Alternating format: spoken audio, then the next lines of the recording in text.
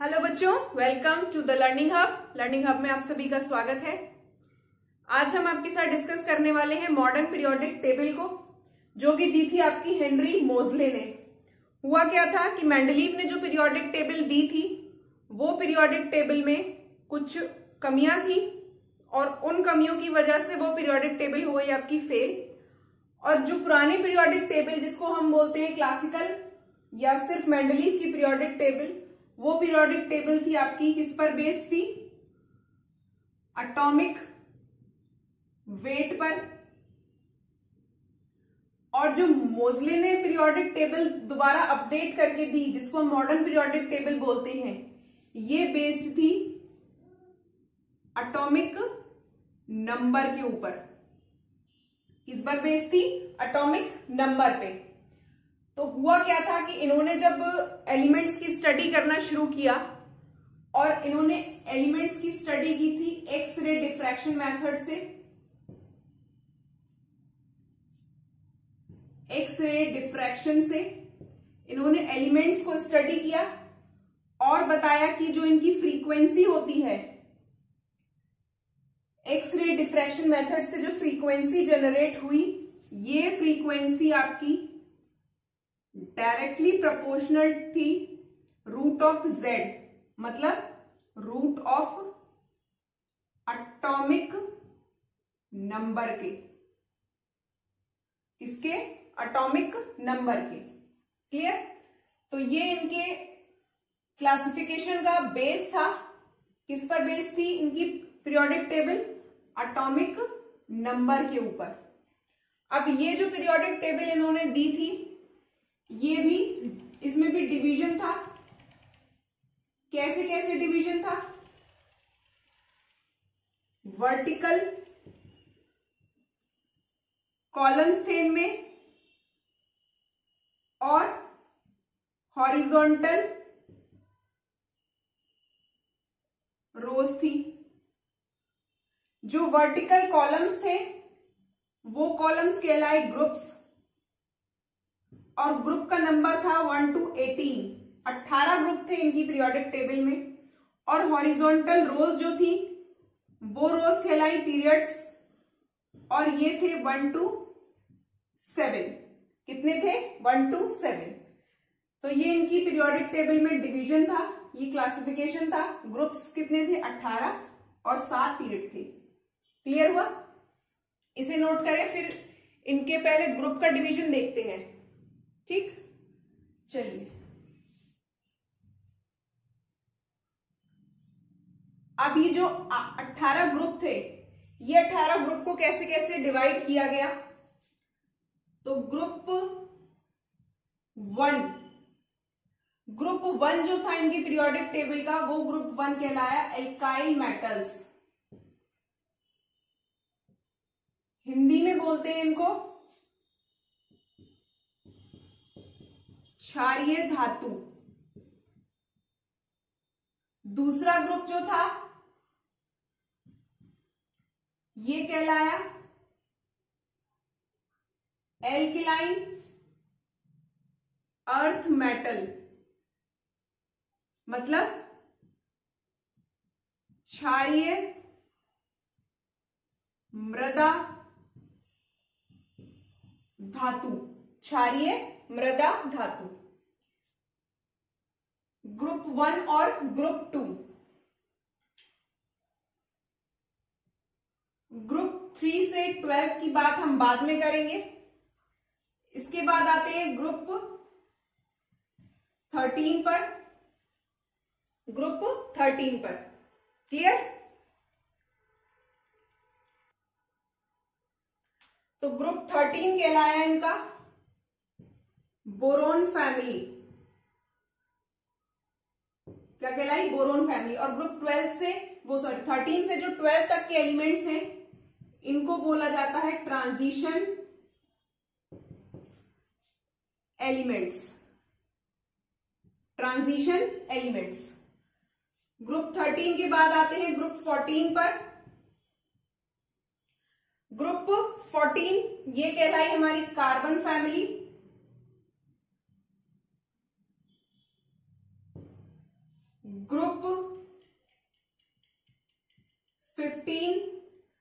Boron, carbon और उसके बाद नाइट्रोजन फैमिली,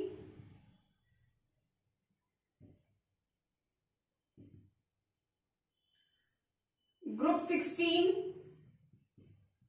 16 को हम बोलते हैं ऑक्सीजन फैमिली, ऑक्सीजन फैमिली।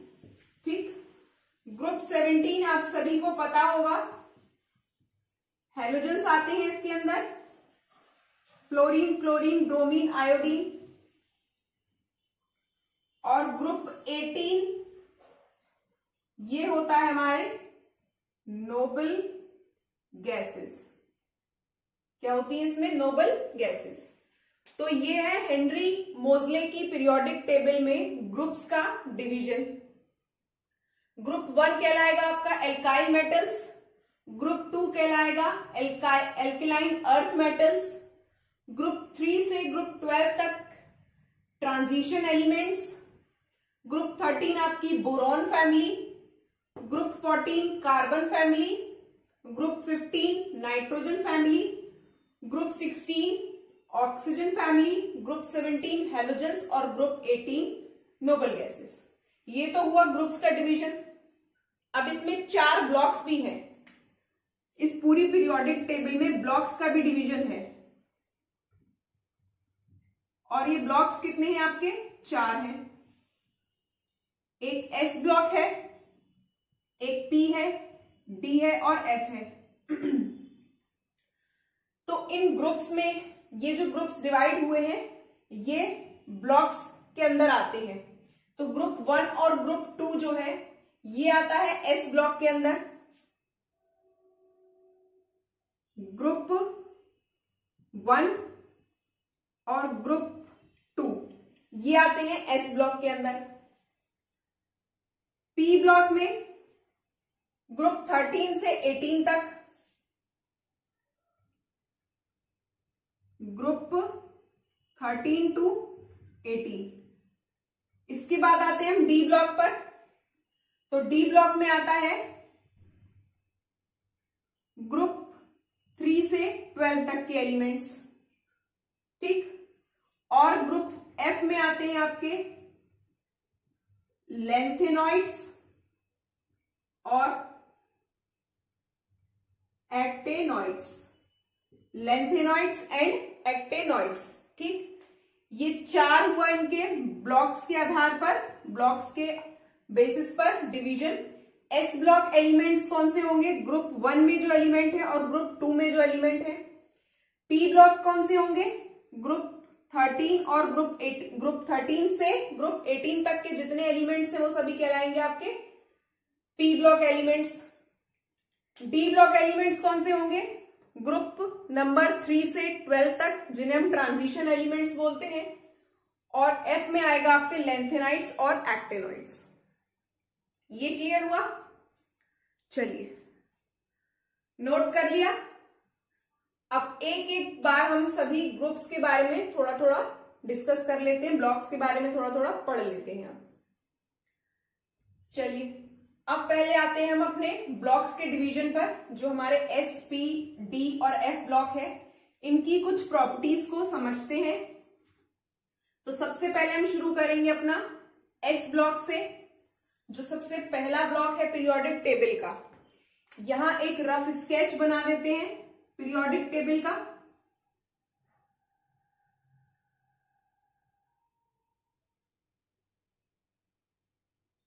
कुछ इस तरह की होती है आपकी पीरियोडिक टेबल।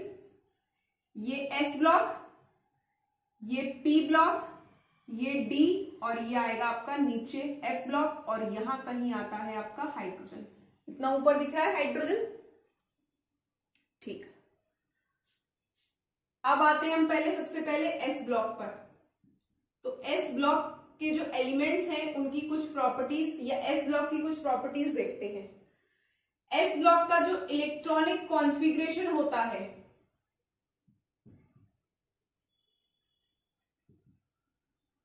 इलेक्ट्रॉनिक विन्यास जिसे हम बोलते हैं, वो होगा NS1 से 2 तक। NS1 से 2 तक क्यों? क्योंकि S में आपके मैक्सिमम 2 इलेक्ट्रॉन हो सकते हैं। P में मैक्सिमम 6 इलेक्ट्रॉन हो सकते हैं, D में 10 और F में होंगे आपके 14 इलेक्ट्रॉन। इनसे ज्यादा नहीं हो सकते पर इनसे कम हो सकते हैं। S में मैक्सिमम टू मैक्सिमम 2 इलेक्ट्रॉन्स आ सकते हैं, P में 6, D में 10 और F में 14। क्लियर हुआ? तो अगर हम S ब्लॉक की बात करें तो इनका इलेक्ट्रॉनिक कॉन्फ़िगरेशन जाता है NS1 से 2 तक।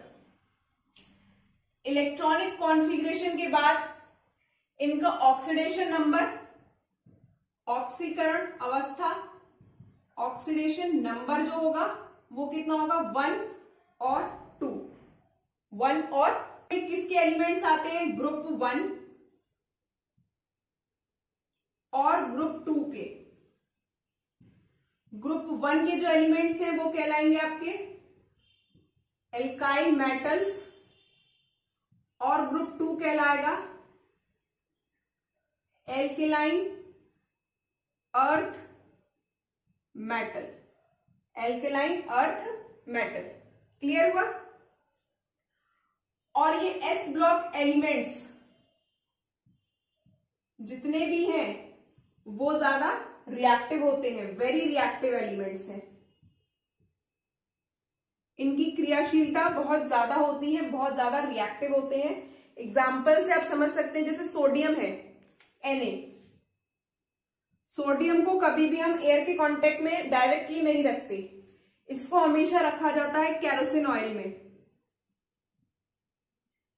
ठीक, अब हम इस केरोसिन ऑयल से किसी भी छोटा से छोटा सोडियम का टुकड़ा निकाल कर हम पानी में डाल दें तो पानी में आग लग जाती है। जैसे आप मूवीज में, सॉन्ग्स में देखते होंगे, पानी में कुछ डाला वो आग लग गई, तो वो क्या होता है? सोडियम का पीस होता है। इतने ज्यादा रिएक्टिव है कि वो पानी में भी फायर को जनरेट कर देते हैं। तो वेरी रिएक्टिव एलिमेंट्स हैं ये। दूसरी चीज इसमें एस ब्लॉक एलिमेंट्स की और क्या प्रॉपर्टीज है कि इनकी आयनाइजेशन इंथैल्पी, आयोनाइजेशन इंथैल्पी बहुत कम होती है, very less. Clear? Ionization enthalpy बहुत कम होती है। और जब हम इस एस ब्लॉक एलिमेंट्स में, इस एस ब्लॉक एलिमेंट में जब हम नीचे की ओर जाएंगे, देखिए ये एस ब्लॉक है। जब भी हम पीरियोडिक टेबल पढ़ते हैं तो दो तरीके से पढ़ते हैं, या तो हम लेफ्ट टू राइट जाते हैं या हम अप टू डाउन जाते हैं। तो एस ब्लॉक एलिमेंट्स में अगर हम अप टू डाउन जाएं, on moving up to down, तो क्या होगा? उस कंडीशन में इनकी जो मेटालिक प्रॉपर्टी है, ये क्या है? मेटल्स है, एल्काइल मेटल्स और एल्केलाइन अर्थ मेटल्स। तो इनकी जो मेटालिक प्रॉपर्टी है, धातु का गुण जो है इनका, वो कम होता जाता है। Metallic property decreases. क्लियर? ये हुई एस ब्लॉक एलिमेंट्स की बात। जल्दी से नोट करें, फिर पी ब्लॉक पर आते हैं। चलिए अब आते हैं हम अपने पी ब्लॉक एलिमेंट्स पर। पी ब्लॉक एलिमेंट्स कहां पर हैं, कहां से कहां तक होंगे? एस ब्लॉक 1 और 2। अब पी ब्लॉक देखते हैं।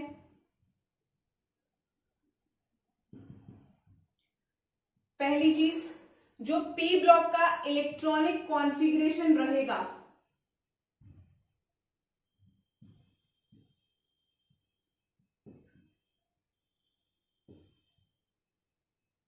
इलेक्ट्रॉनिक कॉन्फ़िगरेशन जो रहेगा इसका पी ब्लॉक एलिमेंट्स का, वो होगा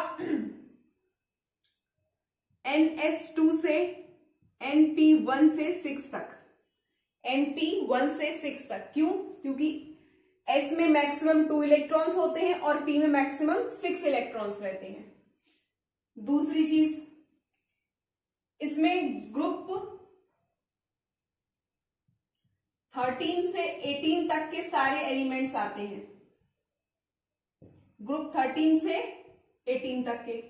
तीसरी चीज, इसमें तीसरी प्रॉपर्टी क्या है? थर्ड प्रॉपर्टी, थर्ड प्रॉपर्टी इसकी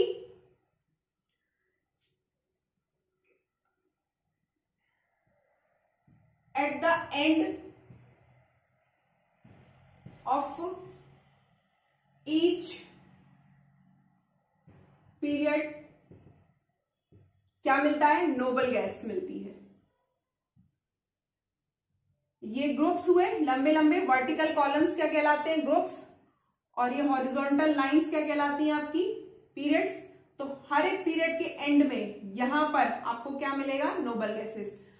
helium, neon, organ, krypton, xenon, radon, ये सारी नोबल गैसेस आपको यहां देखने को मिलेगी। फोर्थ प्रॉपर्टी, चौथी प्रॉपर्टी क्या है कि जो ग्रुप 16 के एलिमेंट्स हैं, ये ग्रुप 16 के एलिमेंट्स कहलाते हैं आपके कैलोजेंस। इसमें आता है ऑक्सीजन, ऑक्सीजन, सल्फर, सेलेनियम, टेलेनियम और पोलियम। ग्रुप 17 ये कहलाता है आपका हैलोजेंस। क्या कहलाते हैं आपके? हैलोजेंस। जैसे फ्लोरीन हुआ, क्लोरीन हुआ, आयोडीन, फ्लोरीन, क्लोरीन, ब्रोमीन और आयोडीन। क्लियर? ग्रुप 18 में आएंगी सारी आपकी नोबल गैसेस, और ये नोबल गैसेस की प्रॉपर्टी क्या होती है कि इनका आउटर शेल, बाहरी शेल जो होता है वो कंप्लीट फिल्ड होता है। Outer shell is completely filled, जिसकी वजह से ये जो नोबल गैसेस होती हैं वो कैसी होती है? नॉन रिएक्टिव होती हैं। नॉन रिएक्टिव होती हैं। फिफ्थ प्रॉपर्टी और क्या चीज है इसमें कि ग्रुप 16 और 17 के जो एलिमेंट्स हैं, ग्रुप 16 और 17 के जो एलिमेंट्स हैं, इनकी electron gain enthalpy, electron gain enthalpy कैसी होगी? नेगेटिव होगी। क्यों नेगेटिव होगी? क्योंकि ग्रुप 16 और ग्रुप 17 के एलिमेंट्स, 17 का एलिमेंट 1 इलेक्ट्रॉन और 16 का 2 इलेक्ट्रॉन लेकर, 2 इलेक्ट्रॉन गेन करके क्या कर लेते हैं? इनकी एंथैल्पी जो हो जाती है वो नेगेटिव आ जाती है। इलेक्ट्रॉन गेन एंथैल्पी देखिए, ये अगर पी ब्लॉक है, यहां 18th ग्रुप, 17th ग्रुप और 16th ग्रुप, इन्हीं तीनों की बात हो रही है यहां पे। 16th ग्रुप के जो एलिमेंट्स हैं उनके पास कितने इलेक्ट्रॉन और दे दिए जाएं कि वो नोबल गैसेस का इलेक्ट्रॉनिक कॉन्फ़िगरेशन अटेन कर ले? सिंपल बात यह है कि हर एक एलिमेंट चाहता है कि उसके आउटर मोस्ट शेल में जो इलेक्ट्रॉन्स हो वो कंप्लीटली फिल्ड हो, उनका बाहरी शेल पूरी तरीके से फिल हो ताकि वो स्टेबल रह सके। तो 16th ग्रुप के जो एलिमेंट्स हैं ये नोबल गैसेस से कितना दूर है? दो ग्रुप दूर है, 16 के बाद 17 और 18। तो ये कितने इलेक्ट्रॉन लेंगे? 2 इलेक्ट्रॉन लेंगे। 17 वाले एक की डिस्टेंस पर है 1 इलेक्ट्रॉन की, तो ये 1 इलेक्ट्रॉन ले लेंगे। और ये 17 के 1 इलेक्ट्रॉन लेकर और 16 के 2 इलेक्ट्रॉन लेकर नोबल गैसेस का इलेक्ट्रॉनिक कॉन्फ़िगरेशन अटेन करेंगे, और जिसकी वजह से इनकी इलेक्ट्रॉन गेन एंथैल्पी कैसी हो जाएगी? नेगेटिव, क्योंकि ये इलेक्ट्रॉन लेते हैं। क्लियर हुआ? नोट करें इतना।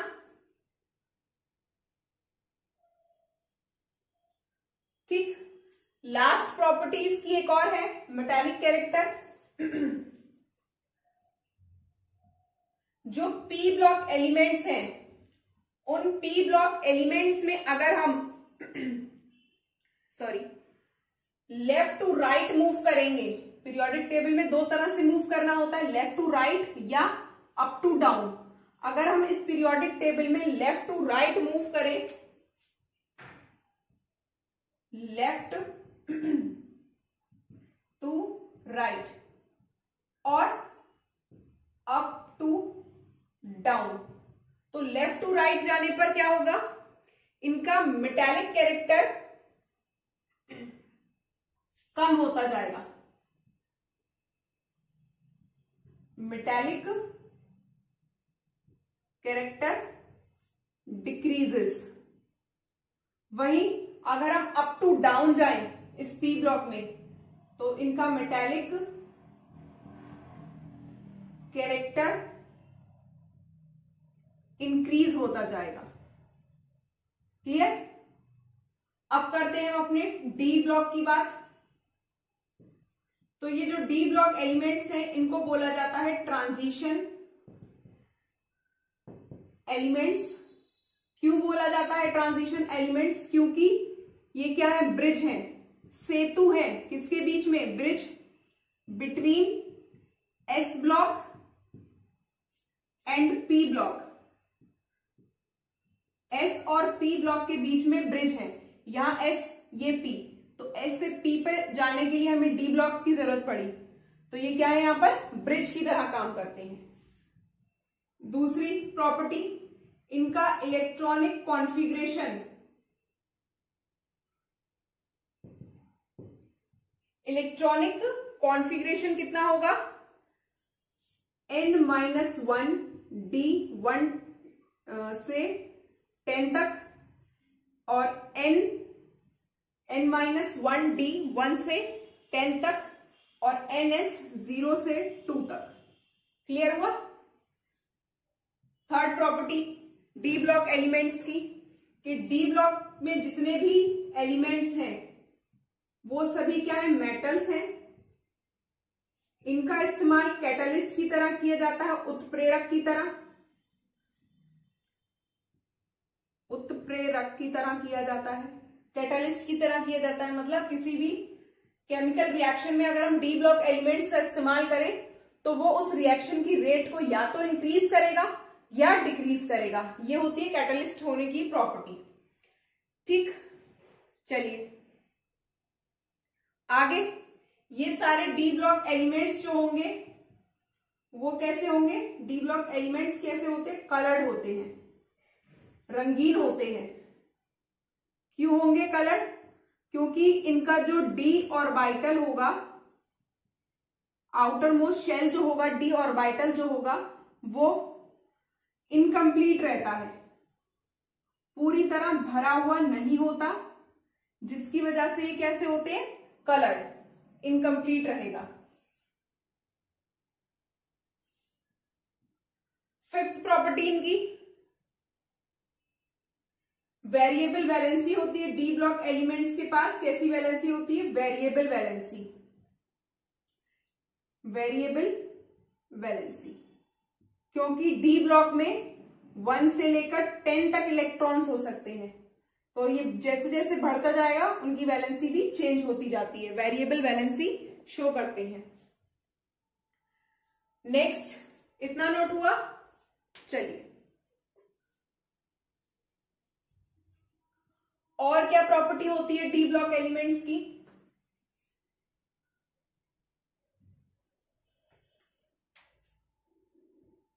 डी ब्लॉक एलिमेंट्स की और प्रॉपर्टी,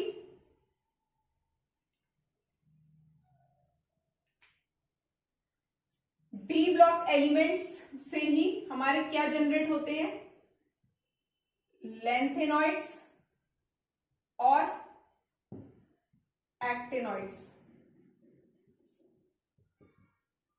लैंथेनॉइड्स और एक्टिनॉइड्स। ठीक, ये बात हुई सारी डी ब्लॉक एलिमेंट्स की। अब आते हैं एफ ब्लॉक पर। एफ ब्लॉक एलिमेंट्स को बोला जाता है inner transition elements, inner transition elements. क्यों बोला जाता है इन्हें इनर ट्रांजिशन एलिमेंट्स? क्यों? क्योंकि लैंथेनॉइड और एक्टिनॉइड यहीं से निकलते हैं। मतलब लैंथेनियम 57 होता है और एक्टिनियम, लैंथेनियम और एक्टिनियम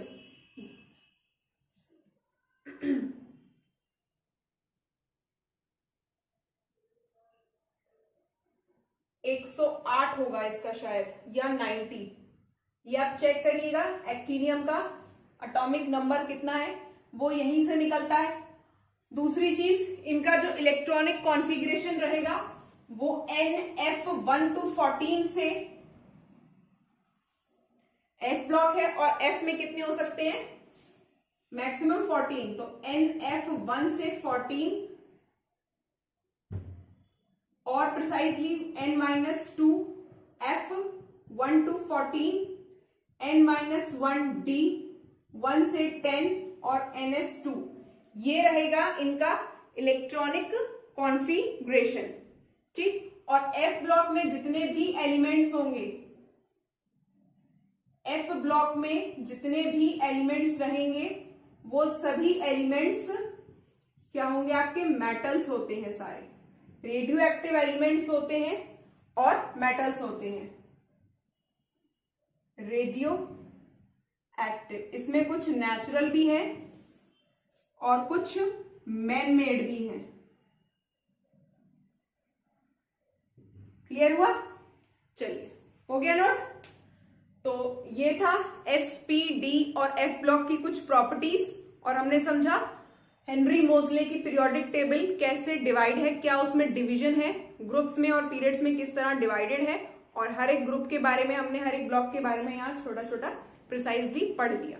ठीक, अगर आपको ये वीडियो पसंद आया हो तो please like the video and don't forget to subscribe the channel. अगर आपने अभी तक चैनल सब्सक्राइब नहीं किया है तो जरूर से सब्सक्राइब कर लीजिए। Thanks for watching and as always God bless you all.